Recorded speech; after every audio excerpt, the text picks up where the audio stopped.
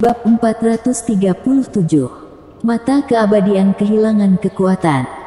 Akhirnya Harley melirik Chandra Wu sekilas dan pergi. Sampai dengan saat ini, Chandra Wu masih belum melihat Harley satu kali pun. Setelah pergi dari sisi Chandra Wu, Harley melihat ke arah orang istana Haus Darah dan Hoton Yuan.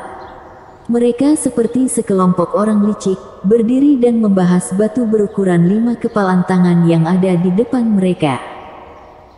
Meski jarak sangat jauh, Harley masih bisa melihat isi yang ada di dalam batu itu. Isinya adalah sebuah manik-manik spiritual yang sudah cacat.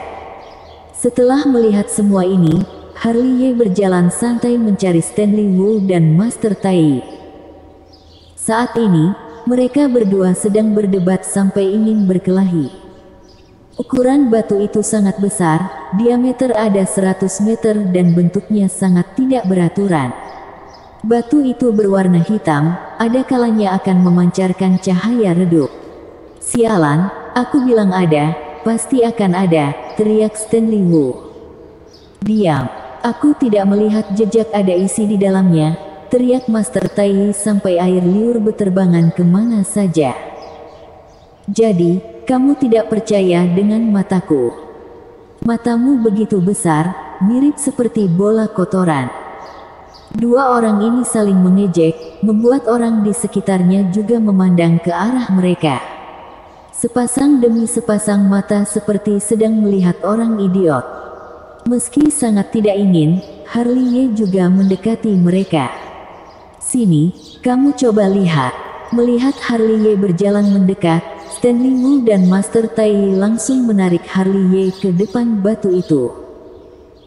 Mereka berdua tidak perlu memberi penjelasan, Harley sudah diam-diam mengaktifkan mata keabadian menatap batu raksasa yang ada di depannya.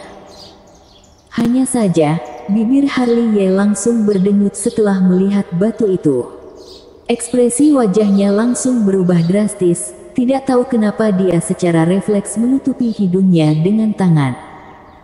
"Besar sekali," ucap Harley sambil memandang batu raksasa. "Bagaimana? Ada benda pusaka, kan?" Stanley Wu menusuk badan Harley dengan jari. "Ada segumpal kotoran." Usai berkata, Harley langsung berbalik badan pergi. "Jangan bercanda, mana mungkin kotoran?" "Iya, kotoran." Setelah Harley pergi, Stanley Wu dan Master Tai masih berdebat. Meski mereka tidak bisa menerawang isi batu itu, Harley bisa melihat jelas isinya. Dia benar-benar melihat segumpal kotoran di dalamnya. "Aku akan sial." Sepanjang perjalanan, Harley terus menutup hidungnya, hingga melihat sebuah batu yang memiliki bentuk batu yang bagus. Kali ini, dia bukan melihat batu, melainkan orang yang berdiri di depan batu. Seorang remaja yang memakai jubah hitam. Dia berdiri tegak dan memancarkan aura keangkuhan yang kuat. Alam langit semu. Harley berdiri di depan batu, meski matanya tertuju ke arah batu, hatinya terus membahas kultivasi remaja tersebut. Meski orang ini terlihat masih muda, Harley mengetahui bahwa orang ini setidaknya berusia ratusan ribu tahun. Orang ini pasti memakan obat spiritual awat muda barulah bisa terlihat seperti remaja. "Hei, kamu jangan menyinggungnya." Ketika Harley berdiri diam, Master Tai langsung transmisi suara ke telinga Harley. "Siapa dia?" Harley melihat batu, tapi sedang berbicara dengan Master Tai melalui transmisi suara. "Dia adalah Alones. Alones. Dia orang yang bertarung 700 babak dengan Raja Pisau itu." Harley terkejut, lalu diam-diam melirik remaja berjubah hitam yang ada di sampingnya. "Sepertinya informasimu juga tidak ketinggalan." Master Tai tersenyum. "Dulu aku adalah seorang agen intelijen," balas Harley dengan nada tidak senang. "Siapa Raja Pisau itu?" Master tidak terkalahkan dalam ribuan tahun dinasti Dacu. Peperangan jurang kuno Dongling, dia berhasil membunuh 9 tetua agung istana Haus Darah, sudah merupakan orang paling hebat di dunia. Orang yang bisa bertarung 700 babak dengannya, juga bukan orang biasa. Tak kusangka bisa berjumpa dengan orang hebat seperti ini di sini, aku beruntung sekali. Harley sangat bersemangat, dia kembali diam-diam melihat Alones sekilas, lalu pelan-pelan berpisah dengannya. Pada saat dia baru pergi, Alones yang berdiri diam seperti patung barulah melihat punggung belakang Harley yang sudah berjalan jauh. Bara api emas, petir surgawi hitam, ucap orang berjubah hitam dengan nada dingin. Tatapan mata Alones menjadi tajam. Andai saja Harley mendengar perkataan Alones ini, apa yang akan terjadi? Desi masih terus mengikuti Harley, ada kalanya dia akan melirik Harley. Ketika melihat Desi yang mengikuti dari belakang, Alones mulai memerhatikan dirinya. Alones menyipitkan kedua matanya dan komat kamit, apakah itu gadis kecil waktu itu? Harley sudah berdiri di depan sebuah batu. Ukuran batu ini sangat besar, lebih besar 1 kali lipat dari Stanley Wu dan Master Tai. Tidak, seharusnya batu yang paling besar dari 10.000 batu yang ada di sini. Akan tetapi, meski batu ini sangat besar, tidak ada keajaiban seperti yang dia bayangkan, bahkan mirip seperti batu besar yang ada di bukti. Akan tetapi, batu raksasa ini membuat Harley menyipitkan kedua matanya. Kenapa ini? Kenapa aku tidak bisa menerawang batu ini? Harley merasa heran karena mata keabadian kehilangan kekuatan di depan batu raksasa ini. Seolah-olah ada kekuatan misterius yang mengadang semua orang yang ingin menerawang isi batu tersebut. Apakah aku kurang hebat? Harley menghirup napas dalam-dalam. Dia percaya bahwa mata keabadian 6 jalan bisa menerawang segala benda yang ada di dunia ini.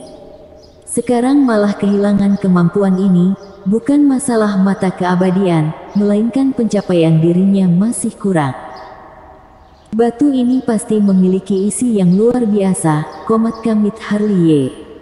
251, dia juga sudah diam-diam mengingat nomor urutan batu ini. Harley melihat batu raksasa ini untuk terakhir kalinya lalu berbalik badan pergi. Selanjutnya, dia juga melihat banyak batu lainnya, tapi tidak muncul fenomena aneh. Semua batu yang aneh ini akan pasti tidak akan bisa membohongi mata keabadian miliknya.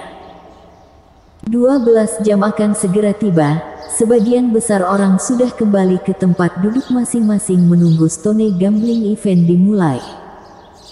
Akan tetapi, Harley masih belum pergi, dia berdiri batu ke 10.000. Batu ini berukuran botol arak, di dalamnya ada buah spiritual berwarna merah. Buah elemen spiritual darah merah, komat kamit Harley, seolah-olah mengenali buah spiritual yang ada di dalam batu itu. Buah elemen spiritual darah merah, bisa menambah 30 tahun elemen usia. Mata Harley berbinar, lalu mengelilingi batu itu, tapi ekspresi wajahnya langsung berubah. Sialan, siapa yang sudah menggigitnya? Ketika mengelilingi batu ini, Harley menyadari buah elemen spiritual darah merah ini bukan dalam kondisi utuh, sudah digigit orang lain. Dari permukaan batu, dia bisa melihat jelas 2 baris jejak gigi yang menggigit buah elemen spiritual ini. Buah elemen spiritual darah merah ini pasti sisa orang lain. Harley merasa sangat kesal dan memaki, sialan. Kenapa makan setengah lalu tinggalkan di sini? Brengsek, maki Harley lalu pergi. Meski buah elemen spiritual ini sudah digigit orang, buah ini juga memiliki khasiat untuk menambah elemen usia sebanyak 20 tahun. Harley kembali ke posisi duduk dengan emosi. Dia menyadari, orang yang duduk di samping Desi sudah berubah. Dia melihat baik-baik, ternyata Alones yang sedang menikmati cairan suci. Kenapa dia duduk di sini? Komat kamit Harley. Dia menarik kembali tatapan matanya, tapi masih bisa merasakan Desi sedang diam-diam menatapnya. Melihat keadaan ini, Harley Ye langsung menoleh kepalanya. Di tengah dunia kecil ini, Pak Tua Ye kembali terbang ke langit. Dia melihat ke arah sekeliling dan tersenyum. Stone Gambling Event dimulai. Bersambung.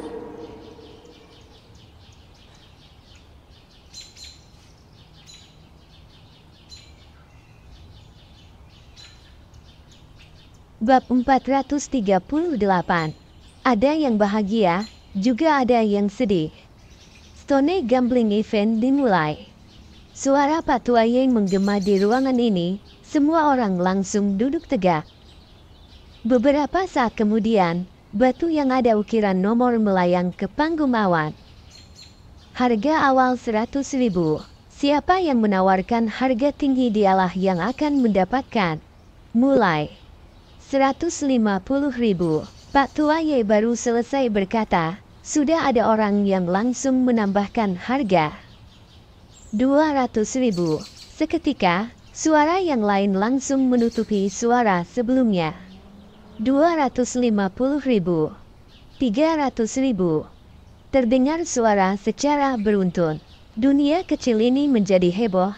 Sebagian besar orang sangat tertarik dengan batu nomor 1 ini. Hanya dalam waktu 10 detik, harga batu ini sudah sampai 800.000 dan akan terus naik. Apa kita mau ikut? Batu nomor 1 ini terlihat sangat bagus, pasti ada benda pusaka. Stanley Wu dan Master Tai serentak mengelus dagu dan memiliki pemikiran yang sama kali ini. Di dalamnya adalah sebuah bunga salju suci yang sudah layu. Ketika mereka berdua sedang membahas, Harley Ye yang menikmati cairan suci langsung transmisi suara kepada mereka. Sebenarnya, Harley Ye masih menganggap Stanley Wu teman, barulah mengingatkan mereka agar tidak membuang-buang uang. Bunga salju suci, sudah layu, mustahil. Setelah mendapat transmisi suara dari Harley Ye, mereka berdua serentak memandang ke arah Harley Ye dengan ekspresi wajah tidak percaya. Terserah kalian percaya atau tidak. 1 juta. Akhirnya terdengar suara keras yang menggema di dunia kecil ini. Orang yang berteriak adalah seorang kakek tua yang memakai topeng hantu. Topeng hantu ini sangat aneh, membuat orang lain tidak bisa menerawang wajah aslinya. Usai dia berkata, suasana menjadi hening sejenak. Tidak ada orang yang berani ikut menambah harga. Pak Tua Ye melihat kondisi ini, lalu melihat sekitar dan berkata, apa ada yang masih mau menambah? Kalau tidak ada, maka batu nomor 1 ini akan menjadi milik teman seiman ini.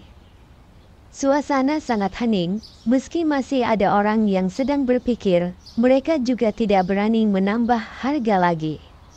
Bukan semua orang memiliki kekayaan seperti Harley Ye. Bagi mereka 1 juta bukanlah jumlah yang kecil. Ketika melihat tidak ada orang yang menambahkan harga, Pak Tua Ye memandang ke arah kakek tua bertopeng hantu dan berkata, teman seiman, apakah perlu dipotong di depan umum?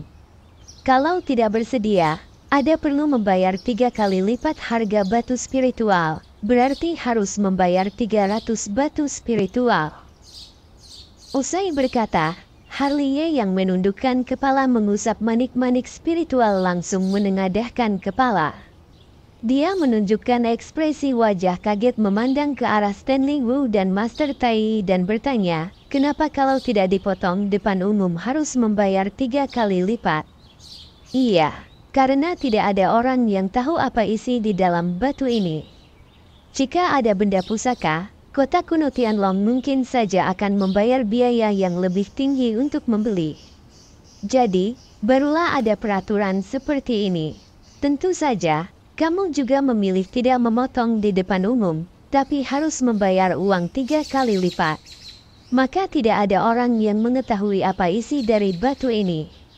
Peraturan macam apa ini? Ujar Harley Ye. Mau bagaimana lagi? Siapa suruh mereka yang berkuasa di sini? Ucap Stanley Wu. Potong di depan umum. Kakek tua bertopeng hantu langsung menyetujuinya. 1 juta batu spiritual bukanlah jumlah kecil. Kalau dibawa pulang baru potong maka dia harus membayar lebih 200 juta batu spiritual. Setelah mendapatkan izin dari kakek tua, Pak Tuaye langsung mengeluarkan sebuah pisau. Dia langsung menebas pisau dengan cepat. Kulit batu langsung terkelupas. Selanjutnya, Pak Tuaye terus mengayunkan tangan dengan cepat. Keterampilan memotong juga sangat mahir. Sebuah batu yang besar sekarang sudah menjadi ukuran semangka. Semua orang melihat dengan tenang, berharap akan terjadi mukjizat. Dari semua orang, kakek tua bertopeng hitam paling panik. Dia sudah menghabiskan 1 juta batu spiritual untuk membeli batu ini. Jika tidak ada hasil, dia akan rugi besar. Ada cahaya, teriak salah satu orang dari mereka. Untung saja, kakek tua bertopeng hantu langsung merasa lega. Walau bukan berisi benda pusaka, setidaknya ada isi, sudahlah beruntung.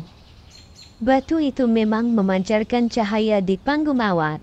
Seketika tercium aroma wangi rumput spiritual di sekitarnya membuat semua orang tercengang. Hanya saja, beberapa saat kemudian, cahaya ini langsung redup kembali. Hah, kenapa itu? Kenapa cahayanya redup? Semua orang pun melihat, ternyata di dalam batu itu berisi rumput spiritual yang sudah layu. Iya, sekuntum rumput spiritual yang sudah layu. Sialan. Apa? Semua orang masih dalam kondisi tercengang. Langsung terdengar 2 suara jeritan dari samping. Karena suara teriakan sangat mendadak, ada sebagian orang yang terkejut dan hampir jatuh ke tanah. 2 suara jeritan itu adalah Stanley Wu dan Master Tai. Karena di dalam batu itu benar berisi bunga salju suci yang sudah layu. Kenapa kalian begitu kaget? Harley Ye tidak bersuara, hanya memelototi mereka saja. Usai berkata, Master Tai dan Stanley Wu langsung mendekati Harley Ye, kemudian menggunakan transmisi suara kepadanya. Hei, kamu harus jujur kepada kami, apa kamu bisa melihat isi semua batu aneh yang ada di sini? Iya dong. Apa? Kita akan untung besar. Cepat beritahu kepada kami, batu mana yang ada benda pusaka. Master Tai dan Stanley Wu yang berada di 2 sisi Harley Ye langsung merangkulnya. Harley Ye juga tidak pelit, langsung menggunakan transmisi suara kepada mereka berdua, memberitahu nomor-nomor batu yang berisi benda pusaka. Usai transmisi suara, Harley Ye tidak lupa untuk mengingatkan mereka, harus tetap rendah hati. Orang-orang di sini sangat menakutkan. Kalau sampai diincar mereka, kita akan mampus. Tenang saja, kami mengerti semua ini. Pada saat mereka sedang membahas, Pak Tuaye sudah mengutus orang menyerahkan bunga salju suci yang layu kepada kakek tua bertopeng hantu. Meski kakek tua ini memakai topeng, semua orang bisa menebak ekspresi wajahnya pada saat ini. Ah, 1 juta batu spiritual terbuang sia-sia. Ada orang yang merasa beruntung karena sebelumnya tidak ikut menambah harga. Selanjutnya, Pak Tuaye mengeluarkan batu nomor 2. Pelelangan kali ini tidak semeriah sebelumnya. Semua orang takut kalah dan menyia-nyiakan batu spiritual, tapi tidak mendapatkan hasil yang sesuai. Pelelangan batu kedua berjalan dengan biasa saja. Harga pun tidak melebihi 500.000 batu spiritual. Setelah memotong di depan umum, memang tidak ada benda pusaka di dalamnya. Ada orang yang bahagia, juga ada orang yang bersedih. Orang yang mendapatkan batu nomor 2 ini langsung kesal, sedangkan lawan lelang yang gagal tidak mendapatkan merasa bahagia. 100.000, 300.000, 800.000. Suara lelang pun menggema di dunia kecil ini, suasana semakin meriah dan ramai. Juga ada benda pusaka yang didapat dan berhasil didapatkan oleh Master Tai. Sebuah pedang patah, meski berwarna hitam dan jelek, juga termasuk pedang patah yang luar biasa. Tentu saja, bukan semua orang bisa mendapatkan benda pusaka, Bahkan ada orang yang mempertaruhkan semua kekayaan keluarga malah tidak mendapatkan apapun. Memang tidak ada benda yang kamu suka, ya. Stanley Wu dan Master Tai sudah berkali-kali menanyakan pertanyaan ini kepada Harley Ye. Karena Harley Ye bisa menerawang isi batu, tapi sudah 200-an batu yang dilelang, tapi dia sama sekali tidak turun tangan. Tentu saja ada, jawab Harley Ye mengusap manik-manik spiritual. Ada banyak batu yang dia suka, tapi dia paling penasaran dengan batu yang paling besar bahkan tidak bisa menerawang menggunakan mata keabadian. Setelah itu, dia juga tertarik dengan batu yang memiliki buah elemen spiritual darah api dan batu yang berisi kristal spiritual bulan ungu. Dia harus mendapatkan semua ini. 800 juta. Pada saat mereka bertiga sedang berbincang, terdengar suara dari depan mereka. Suara ini membuat Harley Ye langsung menengadahkan kepala dan muncul tatapan tajam di matanya. Karena orang yang berteriak adalah Chandra Wu, lalu batu yang dia pilih memang ada benda pusaka di dalamnya, merupakan sebuah manik-manik spiritual berwarna merah dan terlihat lebih spesial. Bersambung.